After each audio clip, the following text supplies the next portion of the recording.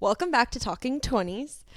Hi. We know we took a week off because we were both out of town, but we're going to be posting consistently each week. I was really looking forward to recording the pod. I did really miss it. We did miss it. We're getting better at it as we go, I think. I think so. So give us grace each week. Give us grace each week. We're begging. We finally are getting it together. Pinky promise. Hopefully. Pinky promise. I went to Leah's graduation, which was crazy that it's been a year since we've been graduated. Makes zero sense. Logistically, no sense. It felt really weird, but it was a really fun weekend. And I don't know, it was just crazy. But I'm really excited because we'll have more friends up here. I know that. New characters exciting. unlocked moving up here. I'm excited for them. So we have a lot to unpack because Keely was across the pond. I know the last time we recorded was the night before I left, which is, I think, 2 weeks ago tomorrow, or Thursday, I guess. Yeah, 3 weeks ago. Oh my God, that's a really long time. So give your quick synopsis. London and Paris. I loved Paris beyond belief. Like, I already know I want to go back every single year. Tomorrow. Tomorrow. I'm so down to go tomorrow. And then London, I didn't love obviously I loved it. I'm so grateful I got to go, but it just reminded me a lot of New York, and I feel like I was in the fattest oob when I was there. But then being in Paris, I was a lot more present. But I think either way, I would still love Paris more. And I want to go to Paris like every year.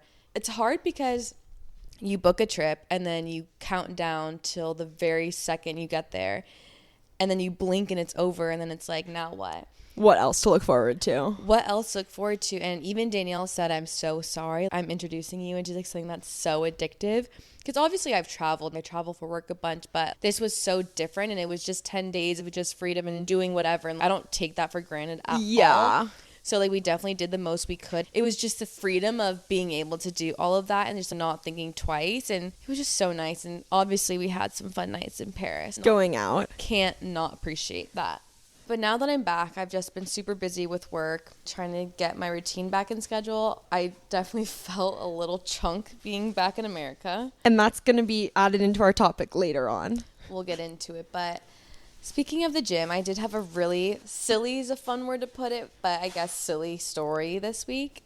I know this story because let's just say Keely had to share. At first she goes, I'm not going to tell you what just happened to me because I'm going to save it for the podcast. And then she goes, wait, no, I need to tell you right now. It was really important. I need everyone else to know because I think if I'm open about it, the shame's not there anymore. Yeah. And if everyone knows, then it's not this hidden secret I have just wandering in my heart, like when I'm at the gym especially. Yeah. So again, drinking like crazy. I'm not feeling the skinniest I've ever felt when I'm back. But the past weekend, I definitely was very good about eating and working out. So on Monday, I kind of lost that water weight from the trip, I guess, if that's the best way to put it. I felt a little more toned and a little bit stronger, you know? Yeah. So last week, my mom actually gave me a bra, but it was like on one shoulder and it was sheer in the front. It was open in the back. It was like a sexy sports bra. I usually just wear a sports bra and leggings called a day, but this I would wear maybe even shopping or if I was doing errands and I felt like I wanted to look really put together. Like it's not what I would wear to the gym. It's chic athleisure. It's chic athleisure to the nines. I feel like an influencer wearing it for sure. I put it on with my leggings and I'm like, wait, it's kind of really cute. Like I feel really cute in it. And, again, I'm feeling a little bit skinnier today, and I just feel really good about myself. On top of the world. I'm on top of the world. It's 5 a.m., and I'm thriving. And so I get to the gym, whatever. I'm feeling good. I'm doing arms, and I know my outfit looks cute. And I don't really care about that because, again, it's 5 a.m., and it's all 30-year-olds. It's not a fashion show. It's not a fashion show. And like I said, I love a good outfit. So I did feel good, and I honestly feel like I worked out harder because I felt good. And to kind of amplify my ego a little bit, people are looking at me. And I'm like, oh my God, I definitely look good. The arms are looking good. I'm doing something right. And I'm working out. I still keep kind of catching people looking at me. I'm pretending like I don't notice it. I go to like this mirror wall and I stretch out my arms, whatever. And I look in the mirror, and where the top is sheer, my entire nipple is out. And not even in a way where you can't notice it. It is like the most noticeable thing in the whole entire world. So not only did I give everyone in there a show. For how long was the show? It was definitely close to an hour. And I don't think it was out the whole time. I'm praying to God maybe it just was maybe out here and there. Because I know I fixed the top a few times. Yeah. I know I wasn't freeing the nip for an hour at best, but she was out for sure. She's out to play. Holy humbling.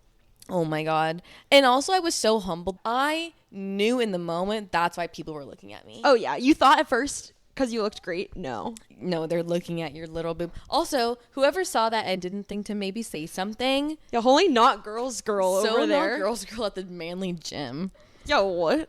So I was honestly humbled beyond belief. It needed to be shared because now it's like your confessional. That was such my confessional. It's okay. We all have humbling moments around here. Oh, and that was probably the second most humbled I've been this past week, to say the least. So should we dive into the first? We're going to dive into my first humble of the week. Keely's humbling moment of the week. It's a little Wizard of Oz coded when she'll know where this is going. So it's last Friday. I've had a week from hell being back from work. And I'm going to lunch. I'm really overwhelmed. I'm at the computer like nonstop. I almost didn't even go to lunch because I was so stressed out with work. But I was like, you know what? I can't do that. I deserve a break. I deserve to relax, which is what I thought I was going to be doing at my lunch break. I thought I was going to be relaxing. And I go and sit down with my two coworkers. They're angels on earth. They're so sweet. And I feel like they had no idea what to really say to me in this moment because I don't really talk about my ex-boyfriend or anything about my relationship. I just honestly have nothing to say or put forth into any conversation about it because they didn't know me then either. So it's like, what's the use? Yeah. And so with that, me and my ex-boyfriend broke up. I'm saying ex-boyfriend like no one knows. Like no one knows. Like no one knows. Like months ago. Yeah. Months ago. All his friends know we broke up. Everyone knows we broke up. Like it's old news. It wasn't even news to begin with.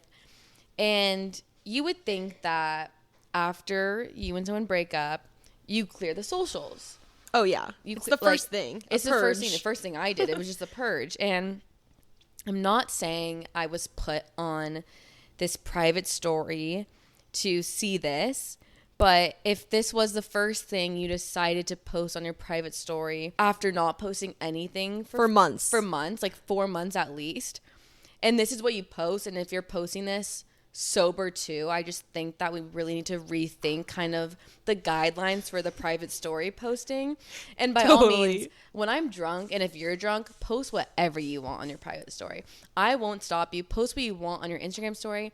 A sober private story post, it has to be niche. That's such a good point. There's way more criteria when it's sober versus when you're really drunk. It has to be something actually funny, actually worth everyone's while. But if it's something like this, we just need to really rethink. If you think this was funny, good for you. I personally think this was more of a like send it in the chat, but I won't leave you guys hanging any longer onto what this could have been. So again, I'm sitting at lunch. I'm just tapping through because I'm stressed and I just want to go on my phone, whatever. And I see that a friend had posted something on the private story, and I'm not really even thinking about it. I see the name. I'm not really thinking it's a private story. And I'm reading it. And essentially, it's a private story post. Again, let's call it 1 p.m. on a Friday. And it's a picture of this girl texting my ex-boyfriend. Basically, with the caption that says, leave it to him to break a girl's nose while trying to have sex. Yeah. And it's the girl saying, like, how her nose hurts and how her ribs broken and how she feels like her back's spinning a tornado.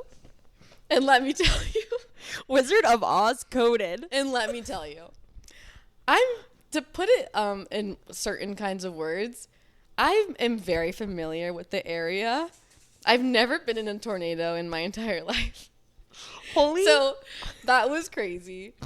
Crazy thing to open on your lunch break. Crazy thing to open on lunch break. And also, I have every right to say this because I was on your private story. For months. It's been months. You could have taken me off, but you didn't. Also, sorry, but holy sus, the first post in months. And that's what you choose? And that's what you chose to put on your private story? But it's not funny. Also, we shouldn't put fabricated lies on the internet.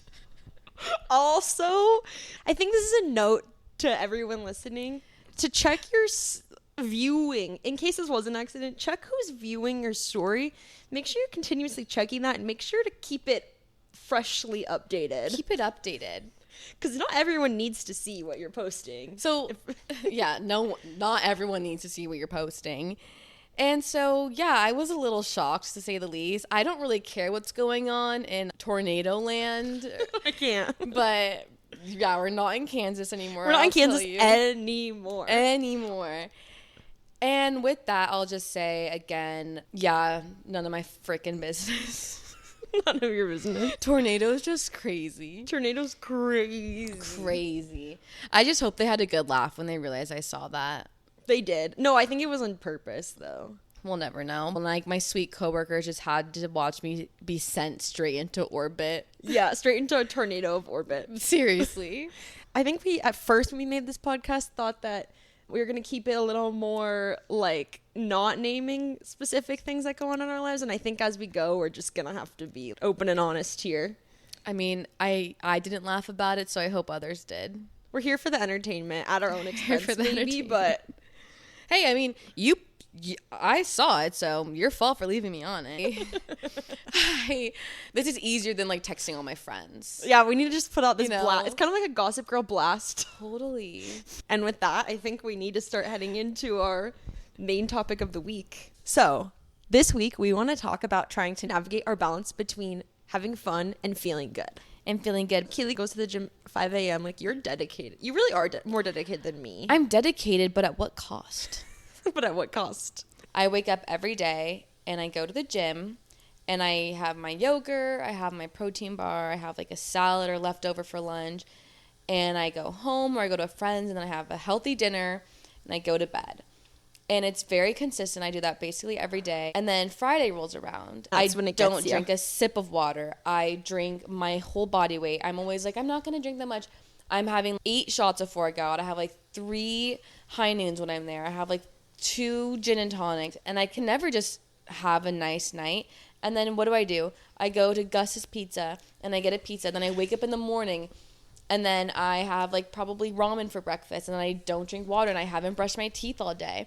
And then the cycle repeats and then I'm wondering like, why does my skin never get better? Why do I always feel a little chunk? Why do I go to the gym every day and nothing's changed? Oh, I know. So when I graduated college, I thought, oh, this was my senior year, second semester. That was my peak bender and I'm going to just be on my fitness health journey like the second I graduate.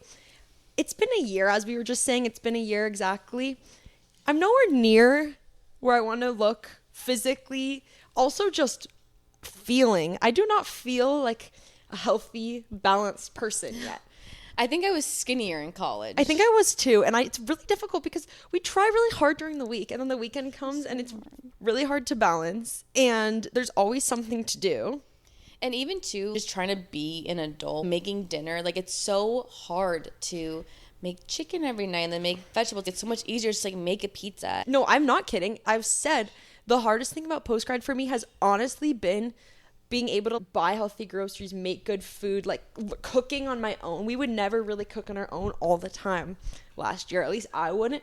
And it's honestly hard. And also I'll go to the grocery store and I'll get really healthy things and then I can't finish them. And I feel like I waste. And it's just honestly one of the hardest parts. I feel like I'm flipped because living at home, my dad obviously cooks all the time and he'll cook really healthy. But pod update, I am moving into an apartment in the next week, so I'll have to get back to you on how my grocery day-to-day eating is. In my head, I think I can do it really well, but also I just know I'm going to get so lazy after work. It's so nice coming home after work and dinner's already ready at my dad's house. But thinking about coming home and having to cook, I wonder how it's going to go down for me. Yeah, also, Keely and I are really big foodies, and it's kind of like a big reward, especially during the week. We don't have as many serotonin boosts. No. So let's just say all the snacks can add to it. And the sweets. But you know what the silent killer is? What? And you probably can't relate to this one, but the silent killer is coffee. It's the creamer, it's the sugar, it's the syrup. In my head, I deserve a coffee today. I'm really tired. It's a little treat. No, girl, that's what's doing the damage, probably. Me and my coworker actually talked about how you deserve to have one little thing you do for yourself. And a lot of the time, that's me getting a Starbucks coffee. Totally. But it's happiness, and it tastes good, and it helps me do my work. And you deserve it. And I deserve it.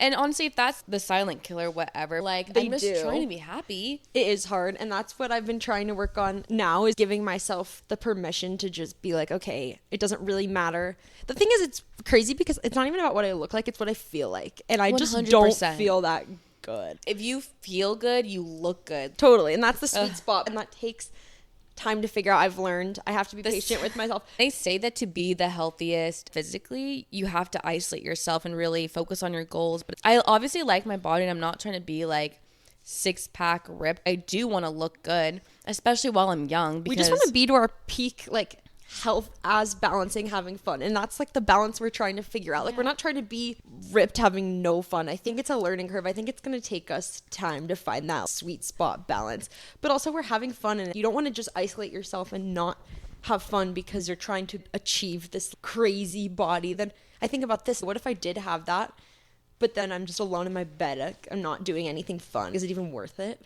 I honestly realized the true silent killer. What? Genetics. Genetics is a silent killer. That's Genetics actually is such a crazy biggest thing too, because no matter what, we are not going to look the same. No, I will not wake up and look like Kendall Jenner. We won't be Bella. I'll never be Bella. I'll never be Bella. That's a hard thing to kind of come to terms with, to be honest. I just don't understand how people do it. Like these influencers, are they just really getting BBLs and the lipo and like going out every day? Ozemp. I think so. But here's the thing: Ozempic makes you not even want to eat food, and we love food. Like, I love that food. doesn't That's even the sound like a problem. good life to me, where I don't want to eat. Like I want to eat all the time. Okay, Keely, to wrap up our little health and wellness segment here, what would you like to tell people that you've learned in the past year? I definitely think in the past year, the biggest thing for me was actually doing it because I loved it. And it's crazy how working out really does make you feel a lot better about yourself. I can tell a difference in my mental well-being when I don't work out. But mentally, I feel so much more amazing. It's not about being the skinniest. It's not about being the prettiest. You will feel mentally so much better and like radiate a whole different energy. And then you're just going to attract so many amazing things because you're just feeling so good and radiating so highly. I think that being able to have that time for myself in the morning is really important because I work all day. I'm really busy and I come home and I can't imagine going to the gym after work because I'm just so tired and drained. So that consistency and finding a schedule that works for me is most important. Even though people like drop dead when I say I work out at 5 a.m. It's like, crazy to me. It's the best. But proud of you, obviously. You. It's the best thing I've ever done for myself. So finding a schedule that works for you and really sticking to it is the best way. And don't be hard on yourself if you need to take a week off, because I've done that more than once where I actually have to take a whole week off because I just need to rest and not get too upset if I am really tired and like need to skip a day. How about you? I think mine is give yourself grace. It takes time to see changes. And I think coming out of graduation last year at this time, I was like, okay, I'm going to see these results right away. And honestly, things take time. And learning what works best for you is most important. At this point now, I'm feeling really good about my working out and about how much I'm drinking, but also my diet. And I feel like I'm at a good place now, but it's taken me a year to get to this point. 6 months ago, I was like, what do I even buy? Like, what am I going to even make for this whole week? And what workout do I like? I don't like my workout. And I think it just takes time to find that schedule that fits right for you. And it's okay that it takes time. Like, you don't need to come out post-grad right away and just be this totally fit, healthy, best version of yourself. This week, we wanted to focus on health and wellness. And basically, if you haven't noticed from the last couple episodes, each week is going to be a little bit different. But how we kind of see this podcast going is doing like a funny recap, whatever has been going on that we feel like talking about at the beginning. Then we're going to dive into whatever topic of each week. And so expect that continuing on. And yes. I missed you guys so much, and I'll see you soon. Thanks for listening to this episode. See you for the next one.